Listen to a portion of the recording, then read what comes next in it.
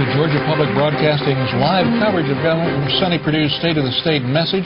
I'm Gerald Bryan. As you can see, Governor Purdue has already entered the House chamber. That's right. I'm in Wandy Lawson. Governor Purdue's combined State of the State and budget message. It's also being carried live on GPB Radio and streamed live at our website, gpb.org. As the governor makes his way up the aisle, they're getting a lot of congratulations. This will be the governor's third such address to a joint session of the Georgia General Assembly, who have convened, as you saw, in the House chamber. The governor is expected to talk about education, ethics, and efforts to improve the lives of Georgia's children. And with state revenue collections trending upward, the governor will probably talk about the economy and jobs.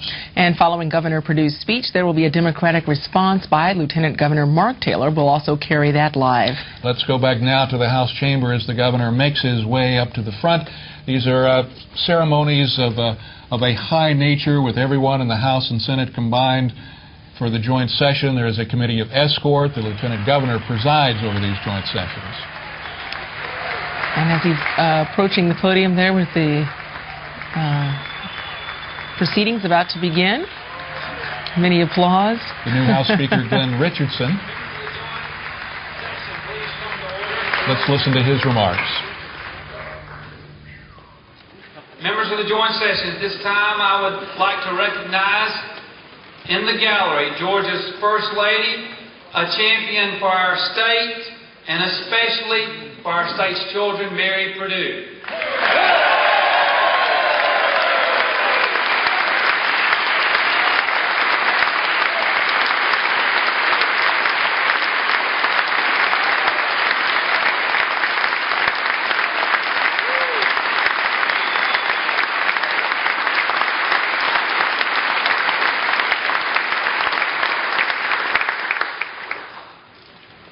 Members of this joint session, at this time it is my great honor to introduce to you a friend of mine, a friend of this General Assembly, and most importantly, a friend to the state of Georgia, the Honorable Sonny Purdue, Governor of the state of Georgia.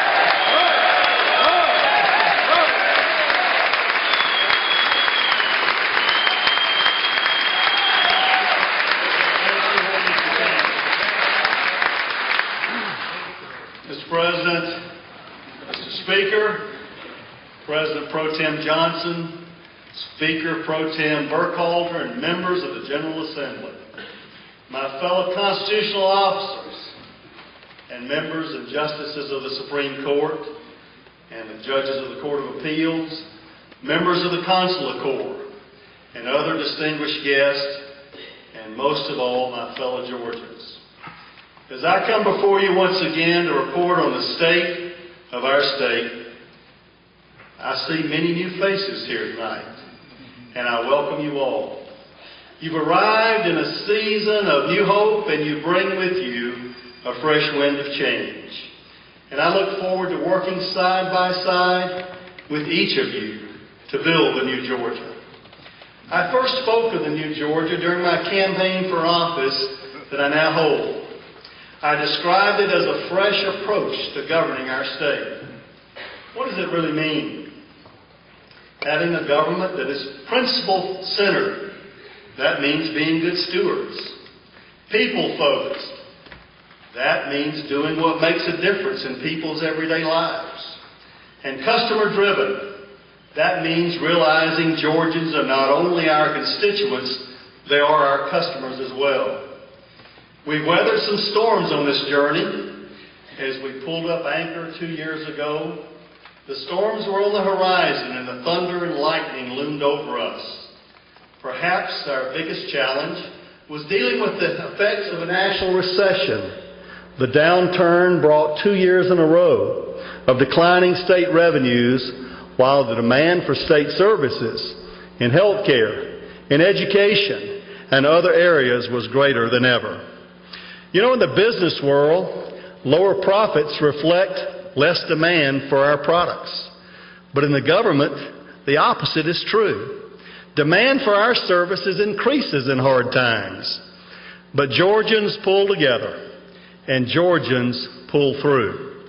We work closely together to balance the budget while meeting the real human needs of our citizens. It wasn't easy. It required some tough decisions. And as you'll remember, I told you that we would have to choose between the good and the also good. But we got the job done by setting priorities and aligning our spending with our core values as a state. Today, I'm happy to report the skies are clearing. You remember when I ran for this office, I told the people of Georgia the forecast was sunny. I just didn't tell you when. We're finally moving into economic recovery, adding more than 39,000 jobs in the last 12 months. And with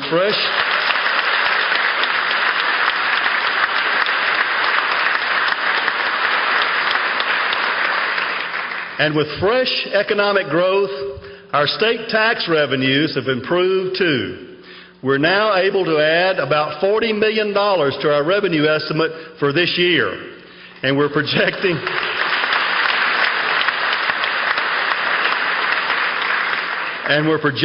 growth of almost 6% for next year. That's good news for Georgia.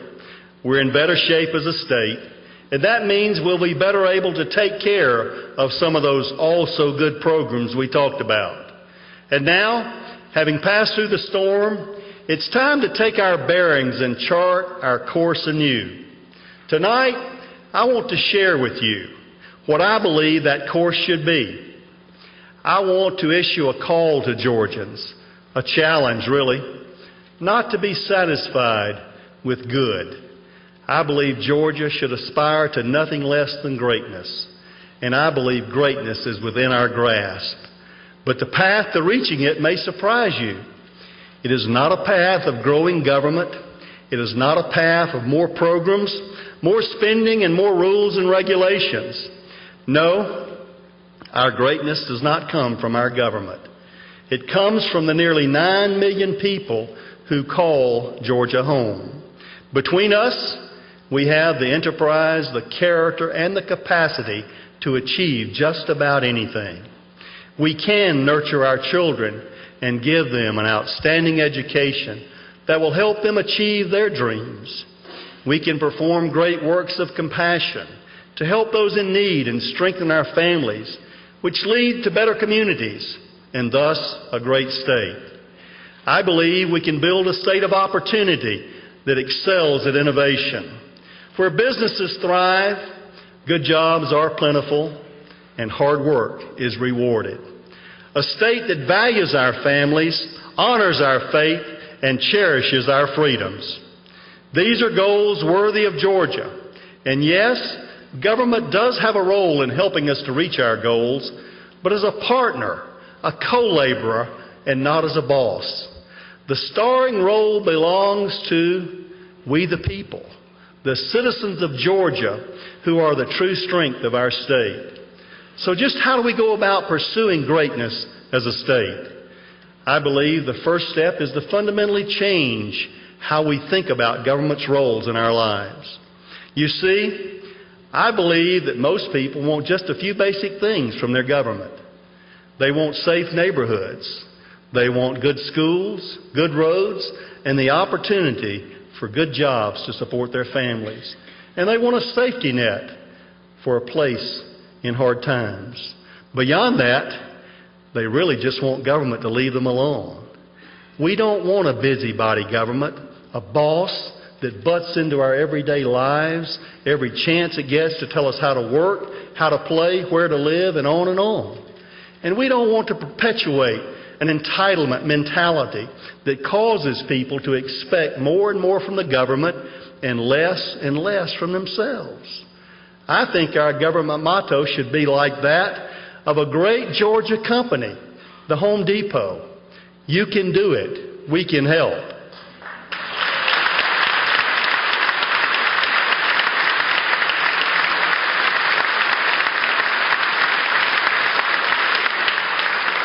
So if we want great things to happen, if we want that safe, healthy, growing, and educated Georgia that we dream of, we should make two simple requests of our state government. First, to perform its basic functions effectively. That's doing the right things. Efficiently, doing them well. And ethically, doing them fairly. After that, we should be smart enough to get out of the way of the people and let the people do what they do best. These principles are the foundation of the new Georgia, and they are deeply embedded in the legislative and budget agenda that I will share with you tonight, beginning with our top priority, Georgia's children. We are putting their needs first, their education, their health, and their future. That's why we'll invest more than half of the state budget in education. And because of the importance of the job they do, my budget includes a 2% pay raise for our school teachers. We know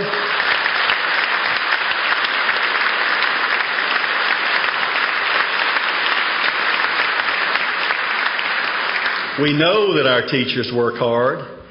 Frankly, if we all spent more time in the classroom with them, I know that you, like me, would want to pay them like Michael Vick. At an event last week, a little girl in the 4th grade came up to me and said she had a message from her teachers. They knew she was coming to see me, and here's what they wanted her to say. Governor, thank you for our raises. And I appreciated that, but they really have it backwards. Teachers, thank you for all you do.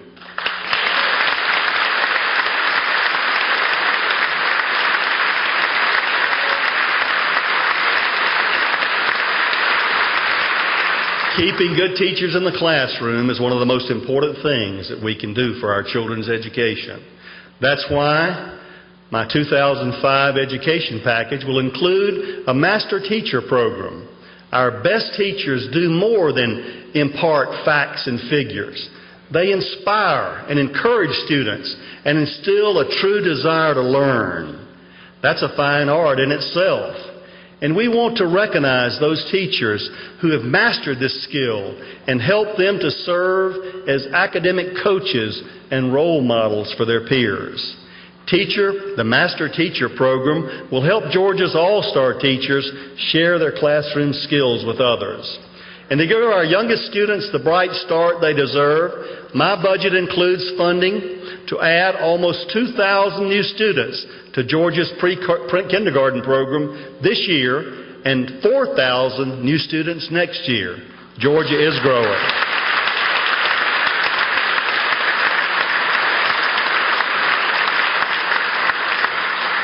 At the other end of the K-12 system is a proposal I'm very excited about, the Georgia Virtual High School. And let me tell you how this idea came about.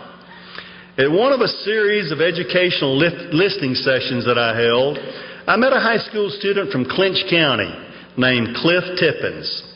He said that he was a good student and he wanted to take the most challenging courses to prepare for college. But because of where he lived, he did not have access to many AP or advanced math or science courses. And he was not the only one of his peers in that situation. Now, that didn't make a lot of sense to me. In the 21st century, I don't believe that mere geography should prevent our brightest students from doing their very best work. Well, we're going to fix that. The Georgia Virtual High School will give students everywhere in Georgia access to over 60 online courses that will be ready to go by this summer, including over 15 AP courses and SAT prep.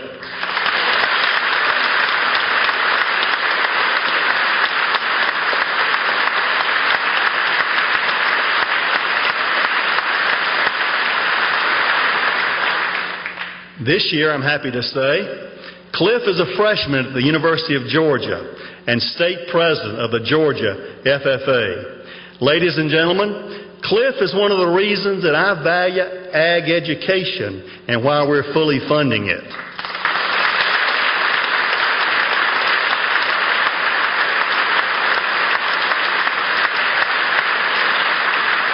And I know you're curious. Cliff is with us here tonight in the gallery, along with his mother, Beverly, a teacher at Burke County High School. I want to recognize him and thank Cliff for speaking up and making a difference.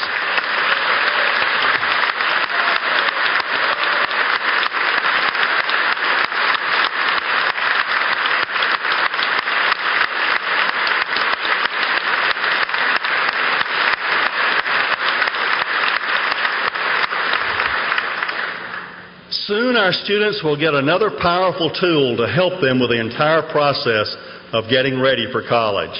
It's called Georgia College 411.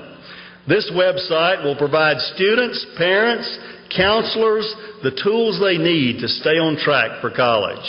Using Georgia College 411, students will be able to do research on Georgia colleges and universities, on various careers, and also prepare for the SAT, apply for admission, submit transcripts, and apply for financial aid all online. These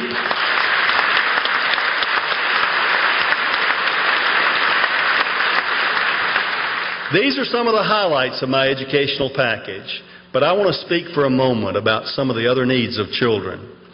As I've said here before, Mary and I believe that we all have a moral obligation to protect and to nurture Georgia's children. We must do all in our power to shield children from abuse and neglect. And that applies especially to the children in state custody who rely on us to be their champions and their defenders. Ladies and gentlemen, I'm proud to tell you tonight that Georgia's children have no better champion than my lifelong partner and the love of my life, Mary Purdue.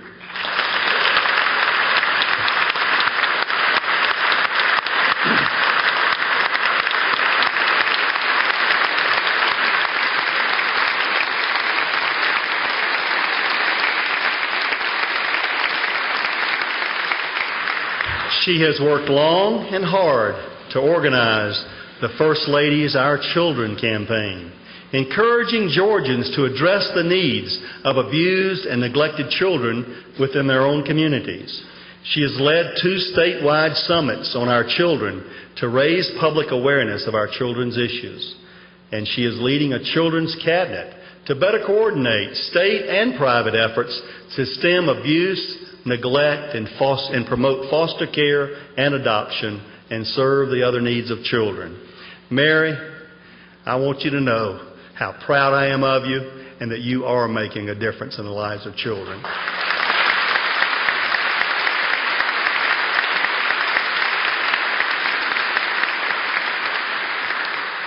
And it's her heart and her hard work that have inspired me to put our money where our mouth is.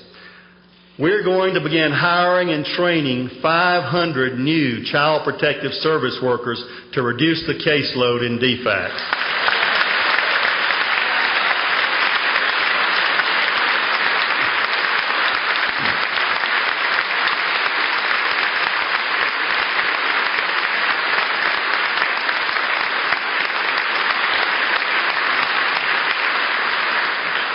We all know that a reduced caseload will enable our workers to better serve Georgia families and better protect Georgia's children. We want every child to have an opportunity to grow up safe, healthy, and well-educated. And when they enter the workforce, we want them to find good, high-paying jobs with a future right here in Georgia. That's why my administration has devoted our time and effort to growing jobs for Georgia families. Our state continues to attract world-class companies, both homegrown and from elsewhere.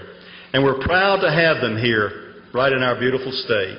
We're pursuing a long-term strategy to encourage entrepreneurship and small business growth, support existing industries, and invest in the high-paying strategic industries of the future.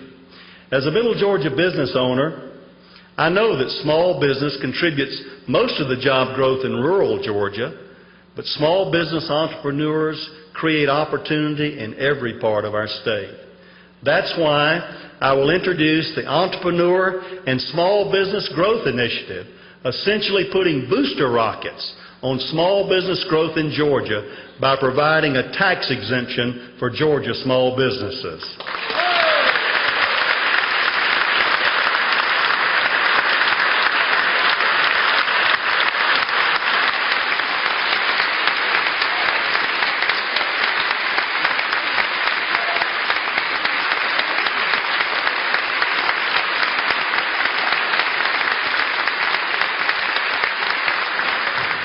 Additionally, we're going to reduce the unintended consequences of state regulation on small business. Survival is tough enough without the government coming along to poke a stick in your eye with costly, poor considered, and will you allow me to say dumb regulations?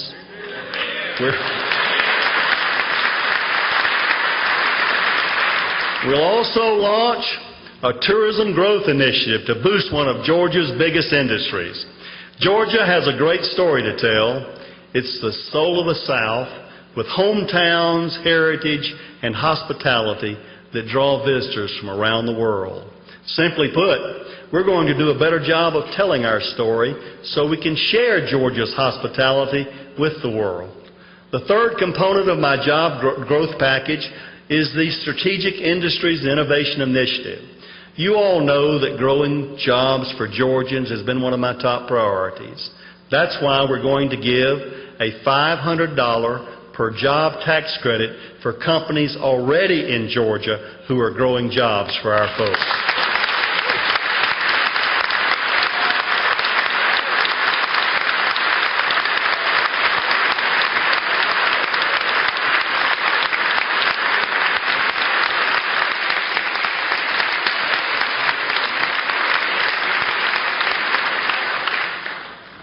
While making Georgia that state of opportunity I mentioned earlier, we will not forget those, hear me, we will not forget those for whom the American dream is temporarily or permanently out of reach. Georgians are a compassionate people who will take care of our neighbors when they can't take care of themselves. That safety net is important, but I want to make it more like a trampoline that will catch those who fall and then launch them back to new heights.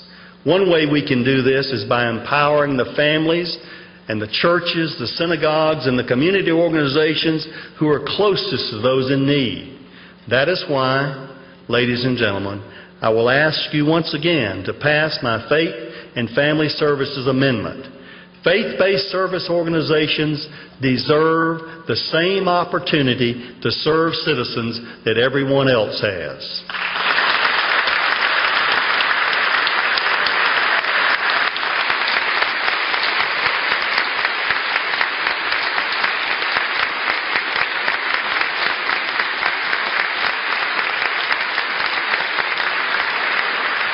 I'll give you a great example. Last week I had the opportunity to visit our Lieutenant Governor's hometown and visit the Albany Outreach Center, which was established by 6 churches to assist those in need.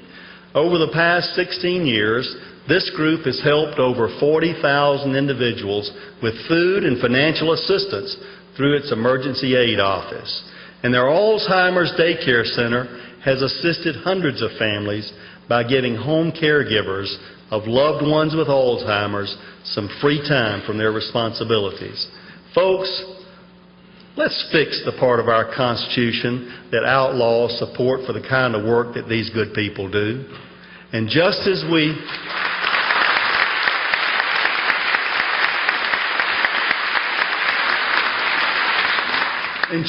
we should have choices in providing social services, we should give Georgians more options and more control over their own health care and retirement. The principles of consumer choice and personal responsibility are critical in building a healthier Georgia. And at some point, we will all face the responsibility for caring for aging parents and planning for our own retirement. So, through our Healthy Choices initiative, we'll conduct an outreach and educational campaign to help Georgians improve their diet, exercise, and lifestyle. We will also launch a Get Ready for Retirement awareness campaign so families can plan ahead for the future medical needs of aging parents. And we'll help family caregivers support their aging parents at home. We all want more control over our own health care. One powerful way to get it is by opening a health savings account. These accounts allow tax-free savings that can be used to pay for annual health care needs. That gives Georgians greater incentive to demand good value when they purchase health care services. You know, When you're spending your money, you're in charge. We will add a health savings account option to the state health benefit plan so that more Georgians can start planning, saving for, and controlling their own health care. Those are some of my budget and legislative highlights for education, children, jobs, and personal responsibility. But as we ask Georgians to take more responsibility for their own lives in the new Georgia, we're also demanding that government do its work more effectively and more efficiently. That is why I created the Commission for a New Georgia, a group of accomplished men and women from outside government who have volunteered countless hours to find better, simpler, more efficient ways of doing the people's business. Bob Hatcher and Joe Rogers are the co-chairs of this commission, and I want to thank them and all the members of the commission for their service. We're now starting to put their good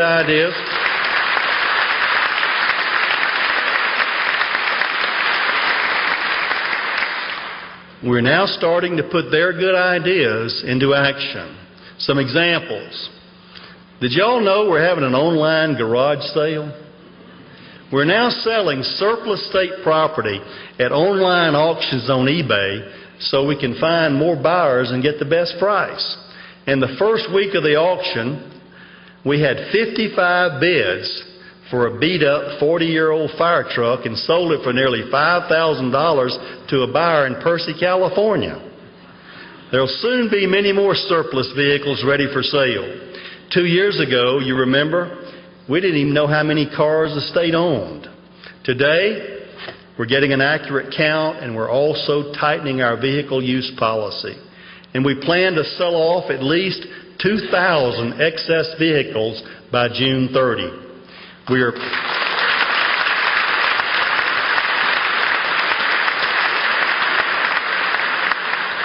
are applying those same business principles to the state's real property, both owned and leased.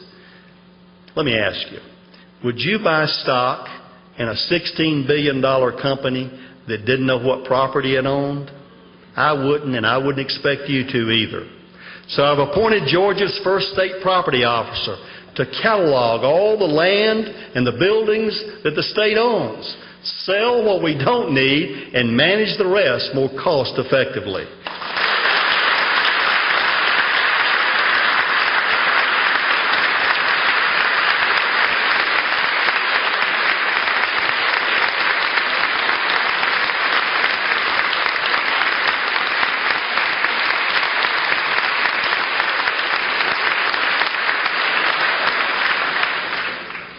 Like many of you do in your own businesses, we will consolidate our leases and we'll put the money that we save back to work for the people of Georgia. I appreciate the hard work of our Commission for New Georgia members in developing these recommendations. I'm just as proud of these ideas being implemented throughout the state. I want to thank in the audience tonight Annie Hunt Burris for leading that Commission effort and for Lannis Barrett. My philosophy of leadership is to surround myself with good people who have ability, judgment, and knowledge, but above all, a passion for service. My Director of Implementation, Lannis Barrett, is a classic example of this model. So are the members of his implementation team and our state agency heads who have embraced the new Georgia. These folks are not afraid of change. If there's a better way to do things, not only do they want to know about it, they want to get it done yesterday. And I'd like to thank all these leaders here tonight for their outstanding service to the people of Georgia. Thank you.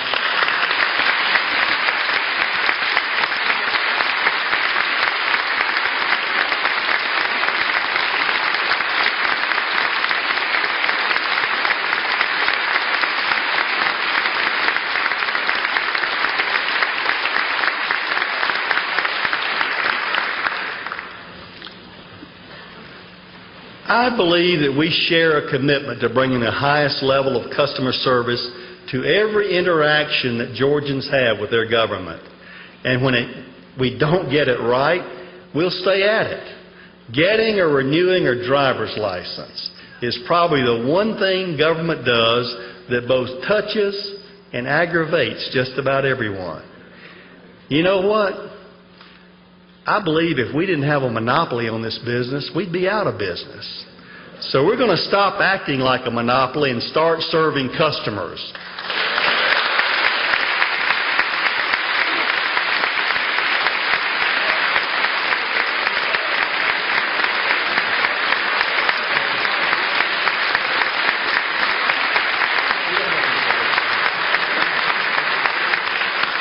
We're going to start by hiring more licensed examiners and making the DVMS an agency with a single laser, focus like a laser, in getting Georgia drivers their licenses quickly, efficiently, and courteously.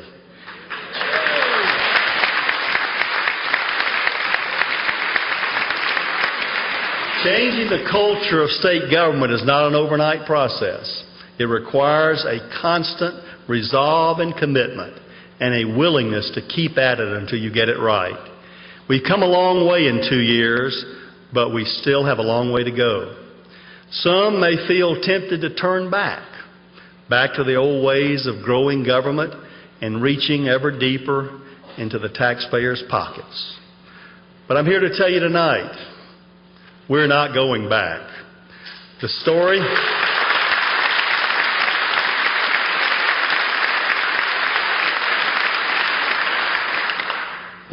is told that long ago, a brave band of explorers crossed the sea to reach the shores of a distant land.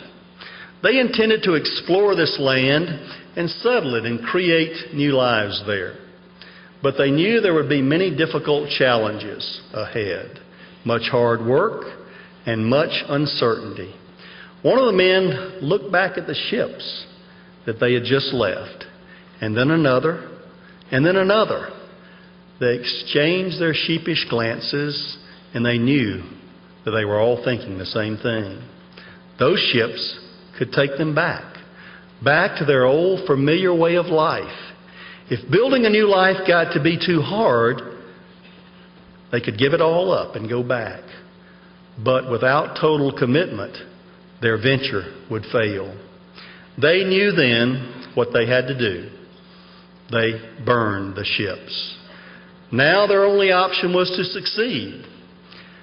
That's where we are in the new Georgia. We stand on the shore of a great undertaking. And members of the General Assembly, what I'm asking you to do tonight is to join with me and let's burn the ships.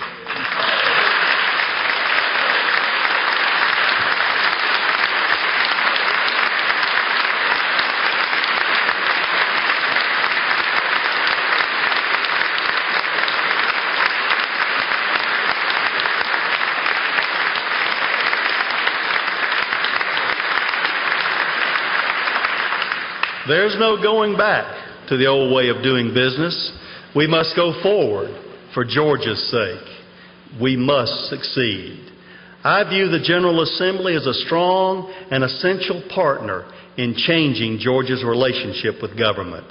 As we go forward, I'll rely on you to pass legislation that makes our state government a more constructive partner for the citizens of Georgia and less of an obstacle to our dreams.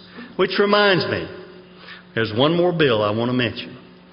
I have introduced a version of it in each of the last 2 years, only to see it stall. But this year, I fully expect a strong ethics bill to reach my desk by the end of the session.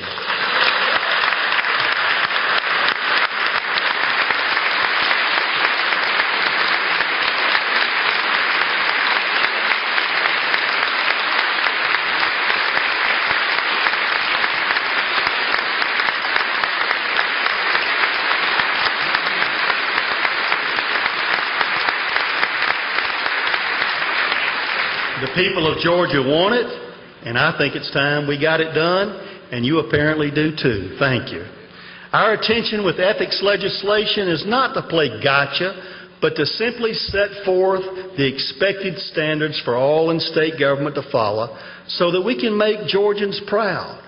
Another way that we can make Georgians proud is to get our business done in a timely manner. I am encouraged that Speaker Richardson and President Pro Tem Johnson have agreed that it should not take 40 days to get the jobs done. In contrast,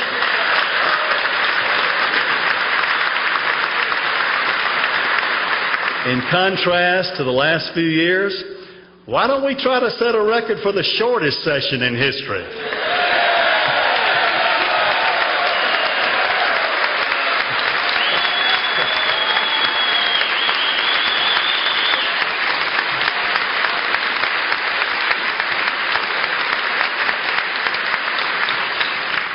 Georgians have always preferred a citizen legislature where men and women take a few weeks from their regular jobs to come and represent their neighbors under the Gold Dome before returning to their communities, their jobs, and their families.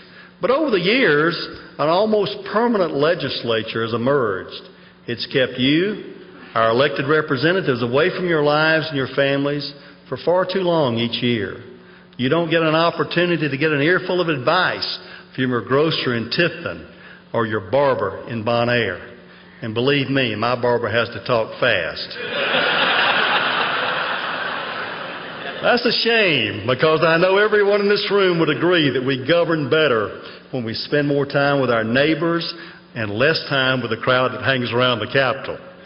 To get at their real concerns, there's simply no substitute for talking one-on-one with the people who sent you here. In the past 2 years, I've met hundreds of people in my monthly Saturdays with Sonny meetings. I get some of my best ideas from teachers, parents, business owners, farmers, people from all walks of life.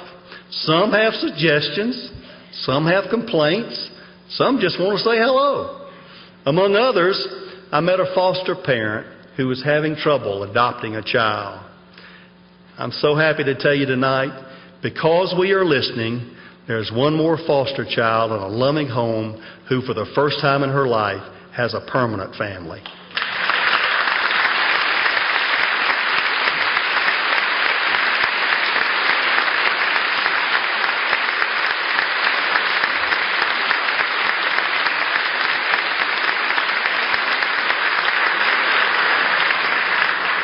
But I believe our goal is for real customer service to permeate state government.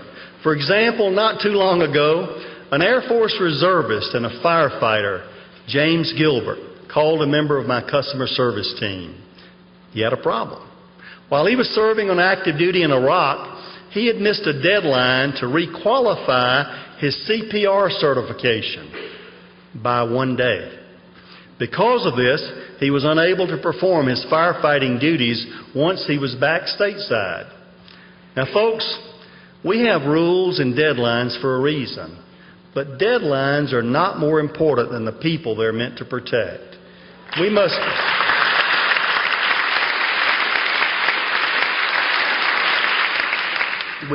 learn to better use our common sense as the final arbiter in dealing with the people of our state. My staff was able to apply some common sense and find a way to get this firefighter back on the street doing what he loves and he's called to do, helping people and saving lives. James is here as my guest tonight, and I want to thank you tonight, sir, for your service to our country and to the people of Georgia. Thank you very much.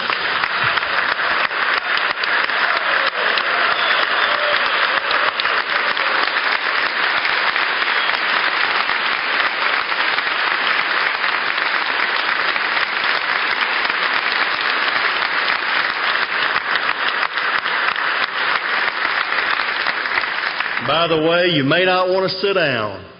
You need to know James Gilbert will soon be heading back into harm's way, back to Iraq. It will be his 3rd trip there. Many of Georgia's finest and bravest.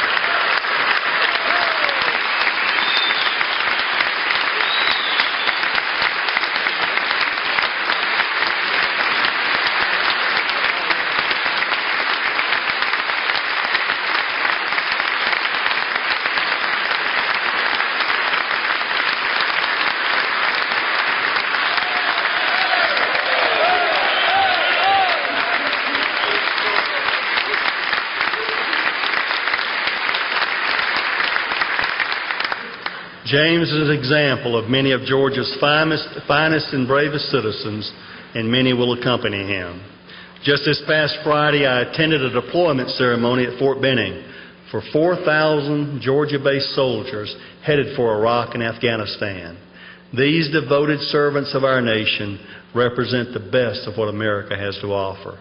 I was proud to stand with them and express the gratitude, the pride, and the support that Georgians feel for these men and women who are part of our Georgia family and who are giving so much to defend our freedom. Tonight, on behalf of all of our troops, we're proud to have in the gallery General Dan McNeill, Commanding General, United States Armed Forces Command, out here at Fort McPherson. General McNeill, thank you, sir.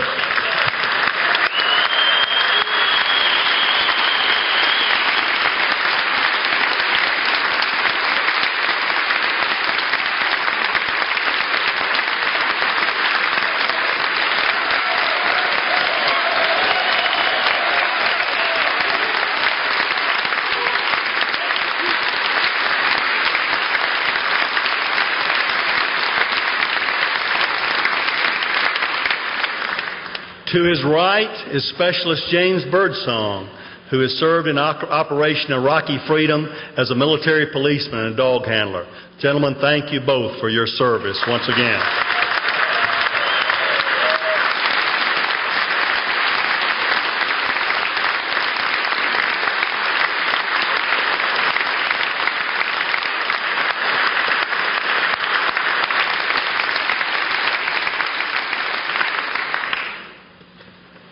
I promised those soldiers at Fort Benning that we would take care of their families while they're away, and I told them that millions of Georgians would pray for their safety.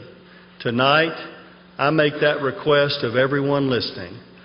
Please pray for our men and women in uniform as they protect us. And let us also remember in our prayers and in our hearts the victims of the tsunami in Asia. The world has rarely seen such a massive devastation and loss of life in a natural disaster. I'm proud of the way Georgians have responded to this tragedy by donating to relief efforts. Georgians are a compassionate and loving people, always ready to help others in need. From our nearest neighbors to strangers on the other side of the globe, we give freely of our time and our talents and our treasure. That generosity is truly one of our state's greatest assets. Ladies and gentlemen, I sense a yearning, I feel it in my soul, to make this good state great. We Georgians are not content to stand on the achievements of the past, but eager to create a better future for our children and our children's children. We want a state wise in its contemplation, just in its action, and moderate in the reach of government into our lives. You see, greatness for a state doesn't require some huge monument for all to see. It is not a journey to a particular destination, but a commitment to follow a course of constant and never-ending improvement. So long as we listen to the people and act with wisdom, justice, and moderation that are the watchwords of our state, our course will be true. And so long as we have faith in what we can accomplish together, that course will lead our state to greatness. Good night. God bless America, and God bless Georgia. Thank you.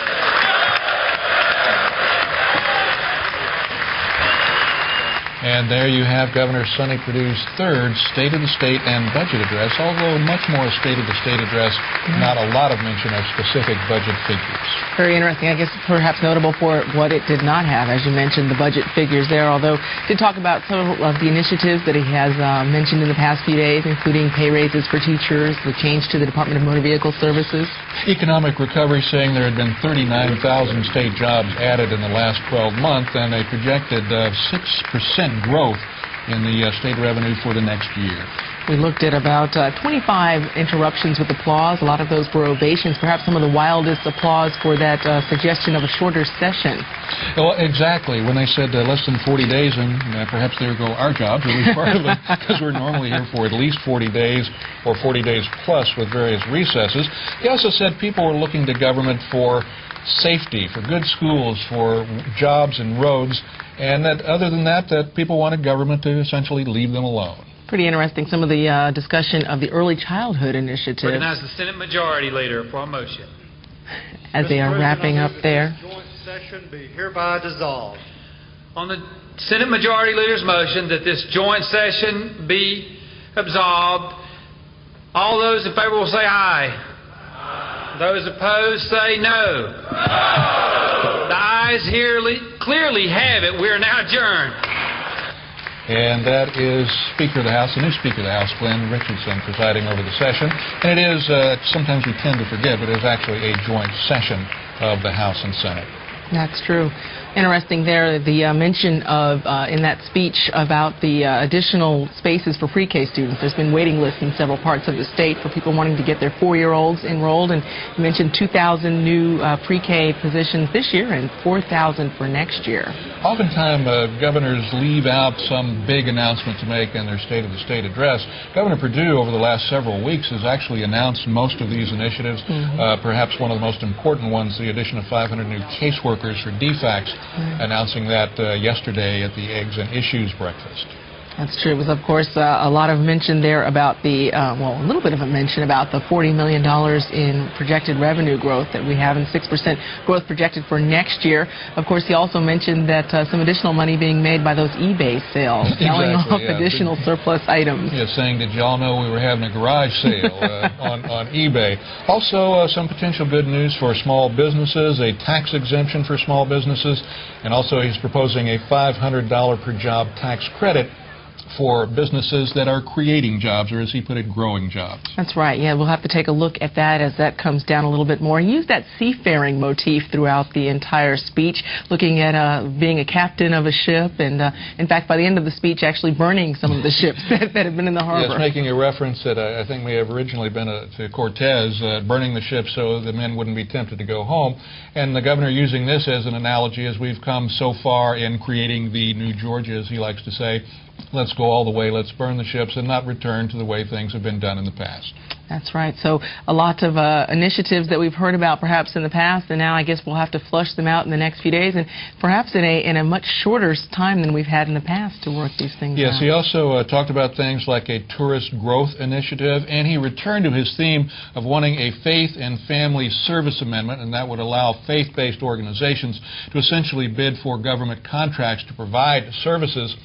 Many states have that, but there was a so-called Blaine Amendment many years ago, which some think were based in discrimination against Catholics. So there were many state prohibitions for years to allow that. He is saying it's time for us to get in step with the United States Constitution and pass a constitutional amendment allowing state money, in some cases, to go to faith-based organizations. And, of course, we're standing by to get the Democratic response to this State of the State. I understand Lieutenant Governor Mark Taylor will be bringing that to us in just a few minutes. Yes, I did see him, I think, in the first row there during the speech, so he's probably making his way to his office in the state capitol. The governor also mentioned something that has been talked about, I think, in a Senate committee meeting recently, and that is health savings account options for state health workers. We've heard a lot about Medicaid and how Medicaid has been a budget buster for the last few years. In fact, the increase of revenue, there are going to be fewer cuts, less cuts in Medicaid than planned. But a lot of people have talked about the state health benefits being the next big budget buster. So I think this is an effort to deal with that, announcing an option for health savings accounts for state workers. Yeah, that's right. Yesterday, the Senate Health and Human Services Committee actually listened to testimony from various companies and different insurers who were offering plans that would actually allow consumers to play a larger part in deciding what kind of insurance options they were going to have, and also knowing exactly what they were paying for. It was kind of like a menu, and you would know exactly what your prescription drugs cost and so so forth, and then you'd be able to use these accounts to pay for those things. And the governor has been trying to get an ethics package passed for the entire time that he has been in office. That has been unsuccessful to this date. He has had actually the support of the lieutenant governor in ethics legislation in the Senate. It has passed there. It is yet to pass the House. Of course, now the House in the November 2004 elections went Republican for the first time in 130 years, so it is expected that ethics legislation has a better chance of passage during this session. And the governor says this is not gotcha legislation, that it's time to let the citizens of the state know that they can trust their elected officials and to put some tough ethics legislation into the law. And, of course, some of the heartiest applause as well during this speech perhaps came around the introduction of that UGA student, Cliff, and that was part of the governor speaking about the virtual high school program that he wants to introduce, allowing students like young Cliff, who apparently wanted to take some higher-level courses that weren't offered in his rural county. Now these courses will apparently be offered online. So, yeah, and the governor always been a big supporter of ag education, as he mentioned in the speech. He was is an agribusinessman and by training a veterinarian, originally. Standing ovation also for the Georgia State Property Officer, someone who's going to catalog land and state buildings all around in an effort to sell some of that off and to make some money and save some money. That's right. Well, now we're going to Lieutenant Governor Mark Taylor. He's live in his Capitol office with the Democratic response to the speech. Good evening. I think the State of the State address ought to be about you. The address should really be about your state, the state of your lives, the state of your families, the state of your communities. We should focus on what is happening with your families, not what's happening with state government. This is the difference between Georgia Democrats and the current administration. Governor Purdue says state government is doing better. There's a lot more money to spend this year. And hopefully we've seen the worst of the awful recession that has hurt us all. But what's the state of your family? The facts are clear. Things have been tight for you. The paydays aren't keeping up with the pay bills. Health care and drug costs are eating away your pocketbook and even crippling your small businesses. You're worried about caring for aging parents. And what about the kids? Their health, their schools. Higher education costs are soaring, and you wonder, can I afford to send my children to college? And unlike the old days when our parents worked for the same company their entire lives, you're worried about your jobs. There's no such thing as job security anymore. In the last 2 years, state government hasn't helped. This administration cut our schools by more than $500 million. $500 million. Cuts that make it harder to raise standards and reduce class sizes. Cuts that hurt your kids, their learning, their progress, their opportunities. Our college and university budgets? Slashed. State government cut health care for our seniors, nursing homes for our seniors, and there's no end in sight. Law enforcement is underfunded and understaffed. Our teachers go without adequate pay raises. Now this administration will say it's all about money, that the recession hurt tax collections, and there's not enough money to fund everything. But folks, our problems are not caused by a lack of money. They're caused by a lack of vision, a lack of priorities, a lack of leadership. It's these times when we have the least revenues that we need the most leadership. Leadership sets priorities, and it's time that you and your family become our priority again. When you prioritize, two things become clear: what you must do and what you must not do. What is the right thing and what is the wrong thing to do? It is wrong to cut our schools by $500 million anytime. It is wrong to cut health care for our kids and for our seniors anytime. It is wrong to teach children in overcrowded classrooms anytime. And it is absolutely wrong to fund pork projects for pet politicians while you cut schools, cut seniors, cut health care. It is wrong every time. Likewise, priorities tell us clearly what we must do. provide every family and every child and every senior with access to quality, affordable health care. Ensure that every Georgia family lives in safe neighborhoods and our children go to safe schools. Create new jobs with new futures in every town and city in Georgia. Ensure that our seniors live their lives with the dignity they have earned. Hold our public officials accountable with tough new ethics laws.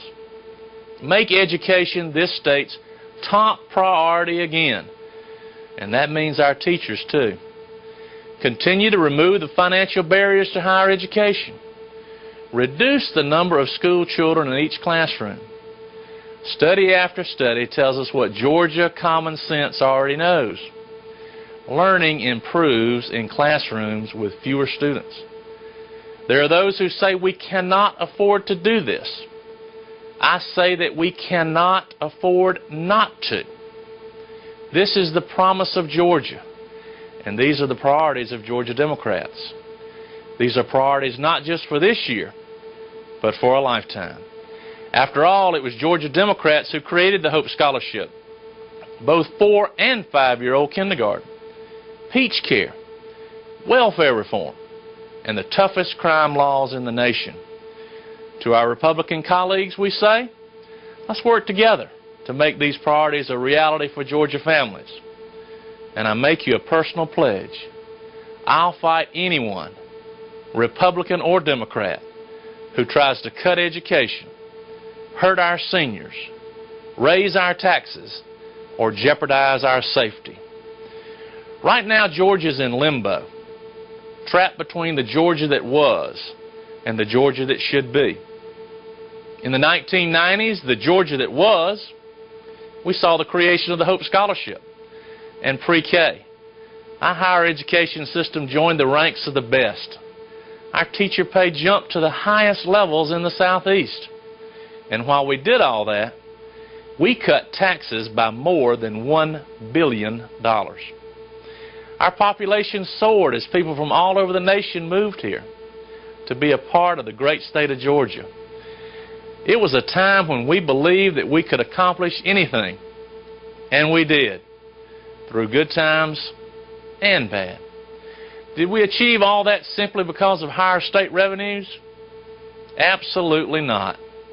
We achieved that with leadership, vision, and by setting priorities. That's our challenge today, to set priorities, to make Georgia the state it should be, can be, and must be again. A Georgia that leads the nation in new jobs, with the best schools, smaller classes, and colleges and universities the envy of the nation. A state that puts our children and our seniors first. That is my hope for you. My faith says it will be so. Hebrews 11 says, to have faith is to be sure of things we hope for, to be certain of the things we cannot see. I am sure, and I am certain, that Georgia will be the state it should be, and together we can make the hopes and dreams for your family a reality. God bless you, and God bless the great state of Georgia. And that is our coverage of Governor Sonny Perdue's State of the State Address, Lieutenant Governor Mark Taylor's Democratic response. Thanks for joining us. We'll be back Tuesday. I'm Gerald Bryant. And I'm Wandy Lawson. For everyone here at GPB, good night.